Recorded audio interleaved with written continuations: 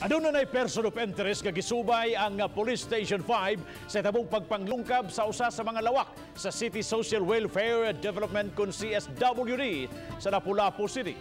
Si Luan Mirondina sa report.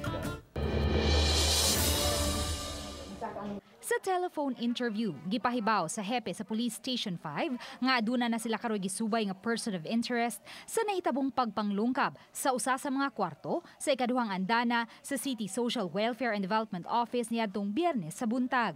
Nagdumili hinuon pagbutyag og dugang detalye ang hepe mahitungod sa background sa naasoing person of interest ug kun kini kawani ba o baka usa ka outsider.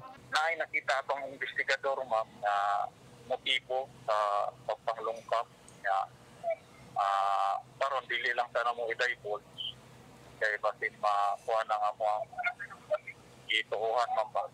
Kahinumduman sa pagpanglungkab, usa ka laptop, duha ka netbook, usa ka cellphone ug 600 pesos nga cash ang nadagit sa suspitsado. Apan wa hilabti ang uban pang mga butang sa kwarto, lakip na ang laing laptop nga natabunan. Wala usab lungkaba ang uban pang mga kwarto sa CSWD office. Samtang nagnegatibo sa kinalit nga drug test ang tanang 53 ka mga kawani sa CSWD. Matud sa pangu sa City Office for Substance Abuse and Prevention conclusive. Uban ni Godfrey Relien, Luan Mirondina, Balitang Bisdak.